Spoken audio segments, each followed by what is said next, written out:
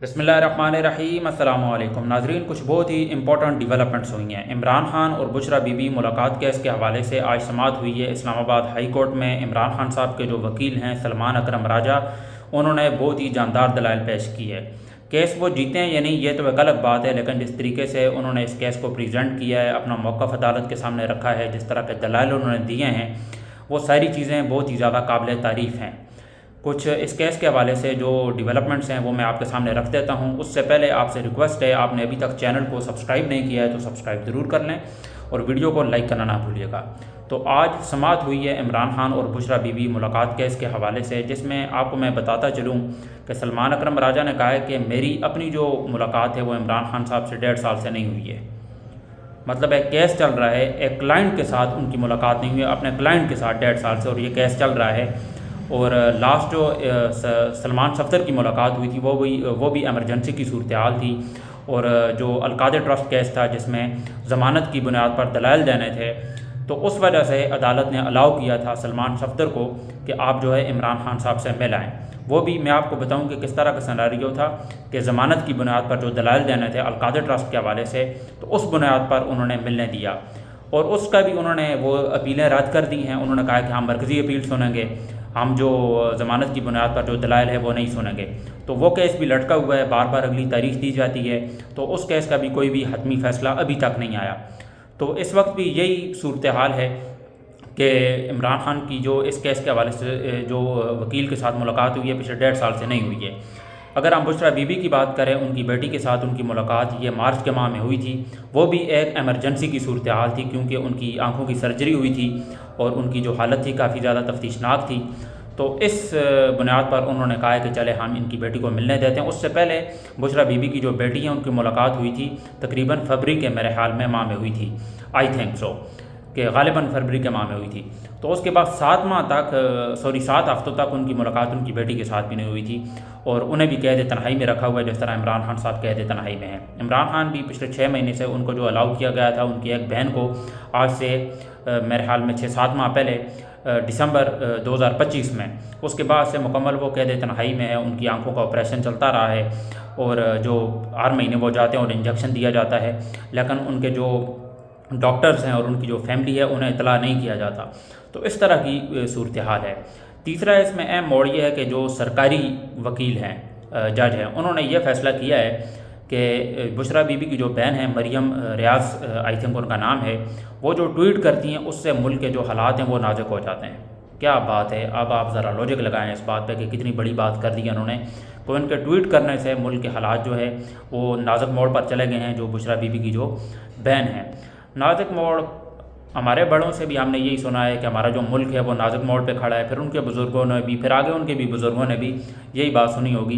इस तरह की बहुत सारी मिसालें मैं आपको दे सकता हूँ कि हमारे बाद काफ़ी सारे जो कंट्रीज़ हैं उन्हें आज़ादी मिली है और वह इस वक्त दुनिया में रूल कर रहे हैं। सिंगापुर की आप मिसाल ले लें, जापान आप देख लें, चाइना हमारे बाद, बल्कि चाइना की भी सूरत हाल इस कदर ख़राब थी। सिंगापुर के हालात आप देखें, वहाँ पर खाने के लिए लोगों के पास रोटी नहीं होती थी और एक सेकुलर स्टेट है, आपको बताता चलूँ बाय द वे, जो सिंगापुर है इस वक्त वर्ल्ड की जो बेस्ट जो एजुकेशन सिस्टम है, वर्ल्ड का बेस्ट इंफ्रास्ट्रक्चर है, हर चीज़ में वो टॉप 5 में आते हैं। सिंगापुर एक ऐसा कंट्री है, पुरअमन माहौल है, सेफ्टी की सारी चीज़ें वहाँ पर बिल्कुल ऑल इन वन है, वहाँ पर बिल्कुल ए1 है सारी चीज़ें।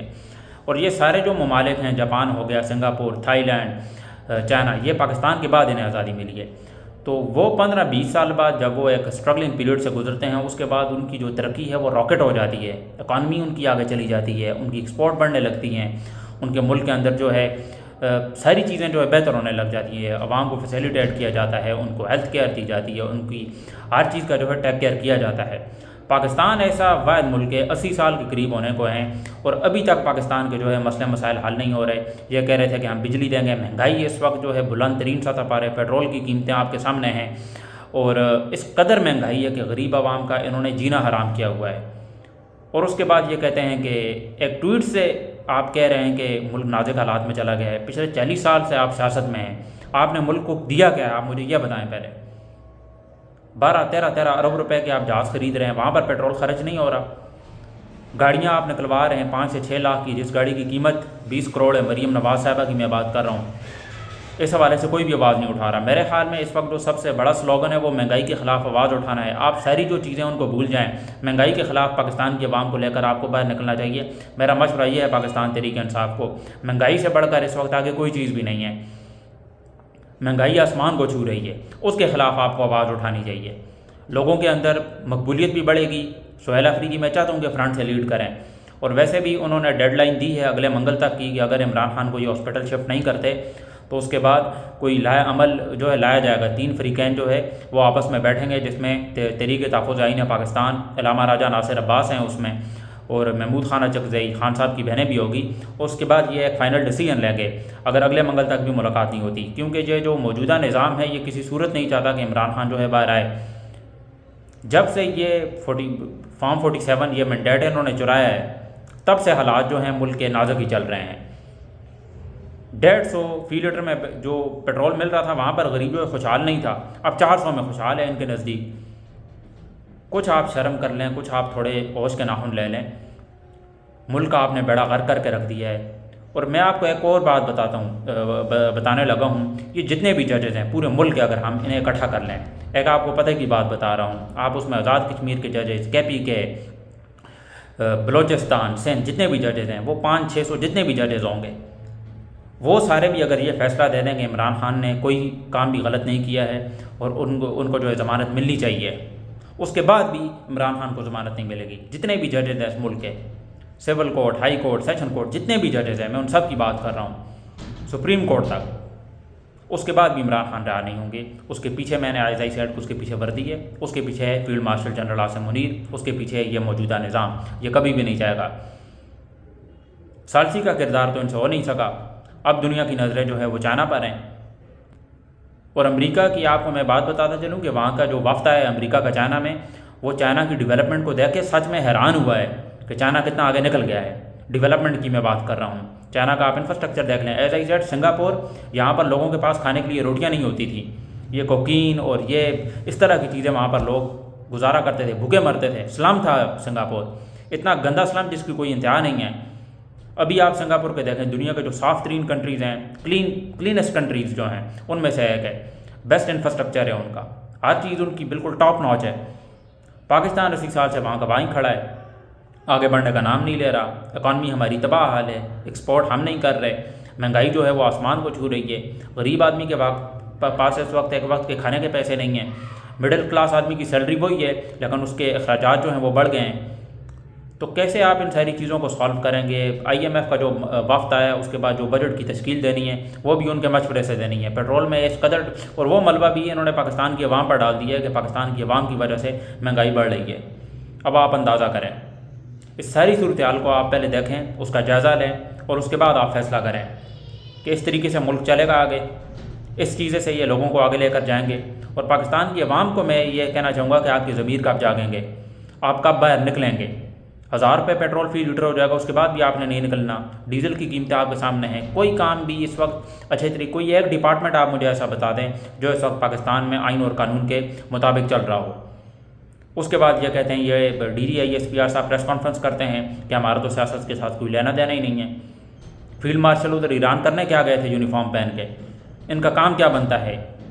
ये जो तरीक़ेकार होते हैं, ये पाकिस्तान की जो डेमोक्रेटिक, सो कॉल्ड मैं कहूँगा डेमोक्रेटिक लीडर्स हैं, उनका काम होता है ये कि इन सारी चीज़ों को किस तरह मीटिंग्स करनी है। आप अमेरिका के सदर के साथ क्यों मिले हैं? यह आपका काम बनता है। यह है सबसे बड़ी सियासत में मुदाखलत। आपने और कोई काम नहीं करना, आपने सिर्फ कारोबार करना है। सरहदों की हिफाजत आपने नहीं करनी। बुनियान मरसूस का जो आपने सेलिब्रेशंस किए हैं, आपने नंगा नाच और डांस वगैरह आप करते रहें, वो झड़पें हुई हैं, उसे मैं जंग भी नहीं कहूँगा। और उसमें भी पाकिस्तान एयरफोर्स का आप कह सकते हैं कि किरदार उनका है। पाकिस्तान की फ़ौज का, ज़मीनी जो फ़ौज है, उनको कोई किरदार भी नहीं है, 0% है। ये मैं आपको फैक्ट्स बता रहा हूँ पाकिस्तान की आर्मी के, फेयर एंड स्क्वायर, बिल्कुल गैर जानिबदार हो गए। बहरहाल आज जो केस की समाअत हुई है, लग तो नहीं रहा कि इमरान खान के हक़ में फ़ैसला होगा। दलाइल उन्होंने ज़रूर जानदार दिए, लेकिन पाकिस्तान है, यहाँ पर कुछ भी हो सकता है। यहाँ पर अदालतें जो हैं, वहाँ पर अदालतों से आपको इंसाफ की उम्मीद होनी भी नहीं चाहिए। और वैसे भी अगर आपको है भी थोड़ी बहुत, तो वो भी आप उसे मिटा दें, क्योंकि यहाँ पर इंसाफ नहीं मिलता। मिलते हैं आपसे इंशाल्लाह अगले व्लॉग में। मुझे दीजिए इजाज़त। अल्लाह हाफ़िज़।